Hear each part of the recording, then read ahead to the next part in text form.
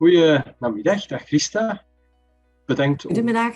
even tijd te maken voor ons om het wat meer te hebben over jouw verhaal als onderneemster. Je hebt al een heel parcours achter de rug. Ik heb jou leren kennen als eigenares van Office Center, waar wij met Ambits ons kantoor hebben. En ik was altijd heel erg getriggerd in de cultuur van Office Center, de zeer klantgerichte cultuur. En vandaar heb ik dan vorige week mijn moed bij elkaar geraapt om jou eens aan te spreken van, wil je daar eens iets over vertellen? Maar laten we bij het begin starten, Christa. Hoe is het allemaal begonnen voor jou? Bij het begin starten, dan wil ik u toch eerst heel erg bedanken voor het heel mooie compliment op LinkedIn. We waren er altijd echt heel door aangedaan van zo'n mooi compliment te krijgen van u. Dus dank u wel daarvoor. Daar is het eigenlijk begonnen. Dat is waar. Graag gedaan. Bij mij is het met Office Center begonnen, omdat we 10 jaar geleden met 7 vrienden een kantoorgebouw in Hasselt gekocht hadden. Een beetje voor ons pensioen als goede investering. En we gingen daar dan wat huurders voor zoeken. Ik had wat tijd vrij toen en ik ben dat dan gaan doen. En ik kwam terecht in een hele leuke business. Ik wist dat al wel, want ik had begin jaren 90 ook al in een businesscenter opgestart. Het allerleukste aan het businesscenter is dat er heel veel verschillende bedrijven zitten. Uit alle mogelijke sectoren, wat het heel boeiend maakt. Ook de synergieën die er ontstaan tussen de verschillende bedrijven. Dus een hele leuke wereld om in te werken. In Hasselt was dat redelijk succesvol, want wij zaten op 18 maanden tijd vol.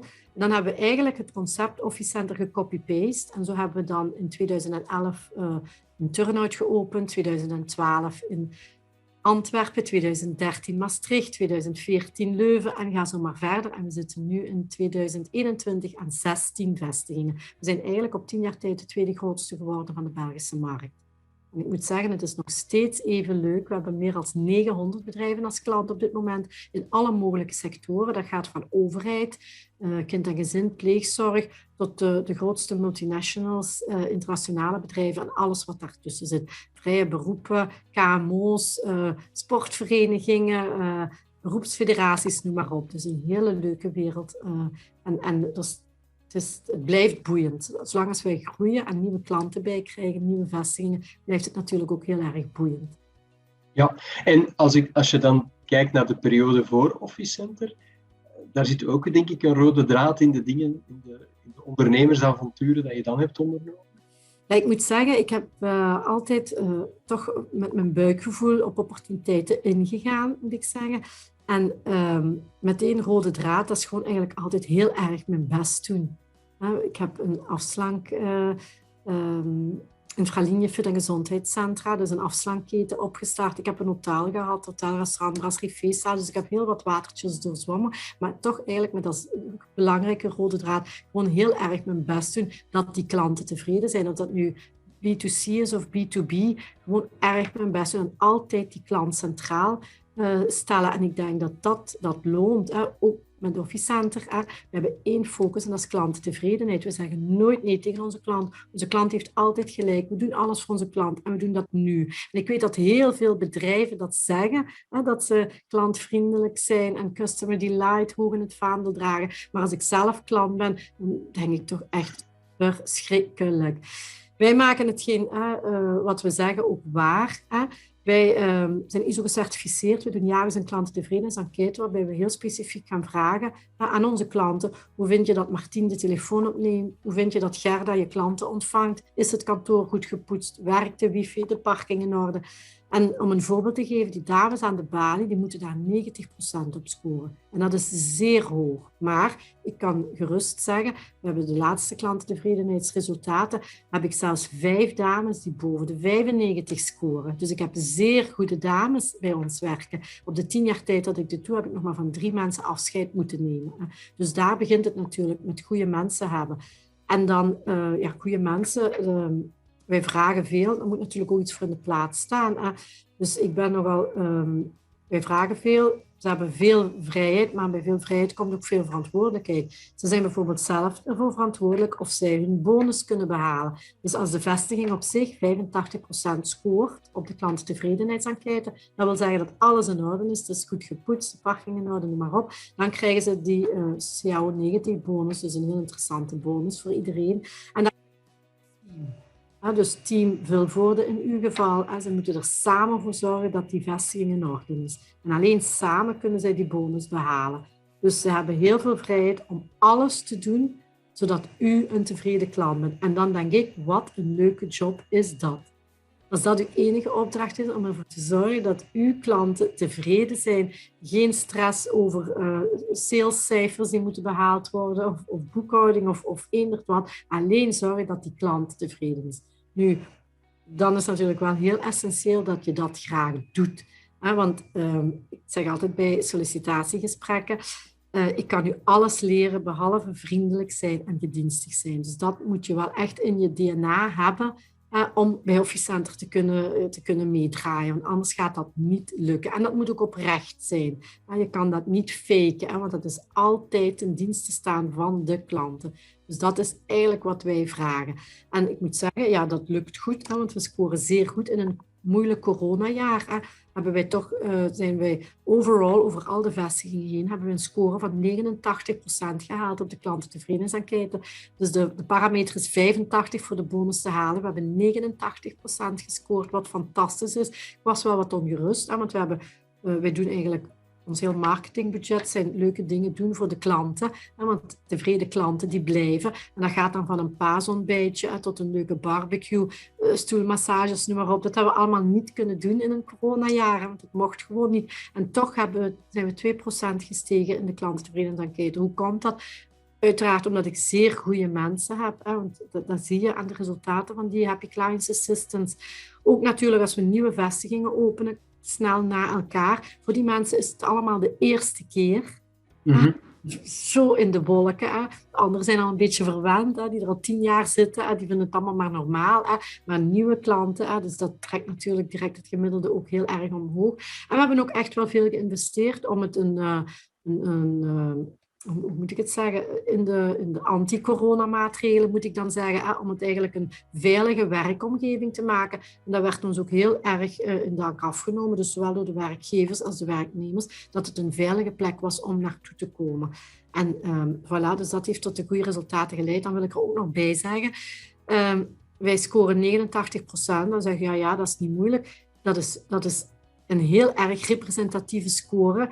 Ik zal u zeggen waarom. We hebben een responsgraad van meer dan 85%. En u weet het ook, u wordt ook overstelpt met allerlei klantentevredenheidsenquêtes. Bij ons kunnen ze in iedere vestiging een weekendje Londen of Parijs winnen als ze deelnemen aan de enquête, waardoor de responsgraad natuurlijk zeer hoog is, maar waardoor ook de resultaten heel representatief zijn. Dus dat is toch wel iets om fier op te zijn. Ja. Ook heel veel feedback uit. En dat zijn eigenlijk dan mijn werkpunten voor het jaar nadien. Dus, Ja, en in de werknemer-werkgeverrelatie, men zegt nogal eens gauw in de volksmond van mensen vertrekken omwille van een slechte baas. Maar jij bent daar niet helemaal mee eens, hè? Nee, daar ben ik het niet mee eens. Ik denk iedere relatie, ook een werkgever-werknemer-relatie, maar ook in een huwelijk ben je met 2. Het ligt nooit aan 1 partij alleen als het misloopt. Dus daar ben ik echt van overtuigd. Eerst en vooral, uiteraard moet de werkgever ervoor zorgen dat alle middelen beschikbaar zijn om een veilig, een leuke werkomgeving. Maar als je de job niet graag doet en je zit op de foute plaats, dat zijn de mensen die een andere job gaan zoeken. Dan past het plaatje gewoon niet. Ik vind het heel belangrijk bij een sollicitatie dat de klik er is. Net zoals een relatie. Die klik moet daar zijn tussen beide partijen. En dat voel je al heel snel. Ook dat is een beetje buikgevoel. Ik vraag dat ook bij een sollicitatie. Ben je zeker dat je hier wil komen werken? Dan zeggen ze ja. Dan zeg ik, dat weet je niet. Je weet het niet als je het niet gedaan hebt. Maar wij laten de mensen ook meedraaien op voorhand. Zodat ze zeker zijn dat ze kiezen voor de juiste job. En als ze dan mee komen draaien, wij weten natuurlijk dat ze nog niet echt de job kennen, maar we zien wel of ze goeiedag zeggen tegen de klanten die binnenkomen. We zien wel hoe hulpvaardig ze zijn om even een koerier te helpen, iets te laden of te lossen. En langs de andere kant zien zij ook effectief wat de job inhoudt. En dan kunnen ze zeggen, oh ja, dit wil ik doen. Het zijn effectief dames die na zo'n testdagje zeggen, oh, maar dat zou ik niet aankunnen. Want je moet stressbestendig zijn, je moet veel dingen tegelijkertijd doen. En alles met de glimlach, want daar gaat het om. En daarom, de match moet er zijn. Ik denk dat daar meer aandacht aan moet besteed worden, dat het een goede match is en zeker geen job nemen om een job te hebben. En ook omgekeerd niet iemand maar aannemen omdat je niemand anders vindt. Dat die relaties dan stuk lopen, daar geloof ik in. Maar ik heb geleerd uit jaren ervaring, hire slowly, fire quickly. Dus ik denk dat daar daarmee eens is, maar het is ook nog voor een deel toch wel... ik weet niet of iedereen die ervaring... Ik heb toch die ervaring dat we eigenlijk vrij snel weten of we de juiste te pakken hebben. Ik hoor het zelfs al van collega's die dan zeggen, ja, het is een echt office-center-meisje, zeggen ze dan. Als die maar een paar uur komen meedraaien, zeggen ze, ja, het is een echt office-center-meisje. En dan denk ik, dit zit goed. Ik vraag ook altijd de mening van de collega's. Want ook dat moet klikken. Dus ik denk dat daar meer aandacht aan moet besteed worden, dat die match er is. En niet zomaar de eerste de te nemen om iemand te hebben. En ook niet de eerste de beste job nemen. Want het is niet fair om dan nadien te zeggen, ik ben vertrokken omdat de baas niet leuk was. Voor een manier van spreken. Je moet ook eerlijk zijn. Ook werknemers moeten eerlijk zijn en voor hunzelf gewoon zeggen, het was de foute keuze. Ja, absoluut. Terecht. En hoe ben je zelf geëvolueerd in uw aanpak? Misschien niet als ondernemer, maar als manager, leider? Ook we zijn klein begonnen. De eerste office center hadden wij 5 mensen in dienst. Nu hebben we er 65 in dienst. Ik wil groei, maar dat wil natuurlijk ook zeggen, als je snel groeit, je kunt niet meer alles zelf doen. En je kunt niet meer overal tegelijkertijd zijn. Want we zitten nu van Aalst tot Maastricht dan met onze vestigingen. Dus dan ben ik een aantal jaar geleden de opleiding gaan volgen bij Ethion en de Antwerp Management School rond de zelfsturende teams. En daar was ik helemaal fan van. Dus ik sta er niet langs. Dus team Aalst zal bij ons in eerste instantie moeten zorgen dat die klanten tevreden zijn. Maar ook dat het daar netjes is.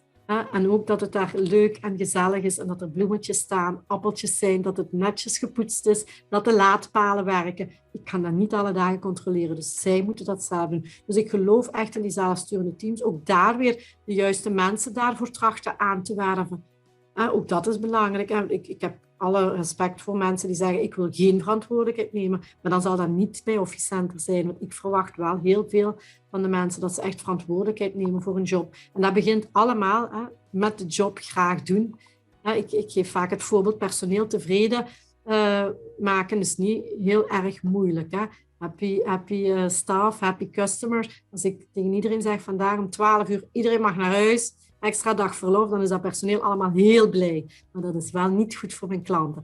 Als dan het personeelslid zegt, ga toch niet naar huis gaan, want dan zijn mijn klanten hier alleen. Dat kan toch niet? Dat zijn de juiste mensen die je moet hebben. Die zelf uit hun eigen zeggen, ik ga vanavond eens langs, want er is een speciale meeting of zoiets. Ja, dat vind ik gewoon fantastisch. Gelukkig heel veel mensen die ook begaan zijn met de zaak, want het moet ook daar langs 2 kanten komen. Dus zij dragen daar nog een even grote verantwoordelijkheid als mij in dat hele verhaal. Ik moet zorgen dat het een leuke werkomgeving is en dat de middelen er zijn en dat de lonen op tijd betaald worden. Maar zij zijn nog belangrijker in het hele verhaal. Zij moeten zorgen dat mijn klanten blijven. En dat moeten ze graag doen. Alright. Dankjewel, Christa, voor het interview en voor de heel heldere uitleg. Ik denk dat heel veel inspiratie gaat brengen voor heel wat andere mensen. Heel graag gedaan.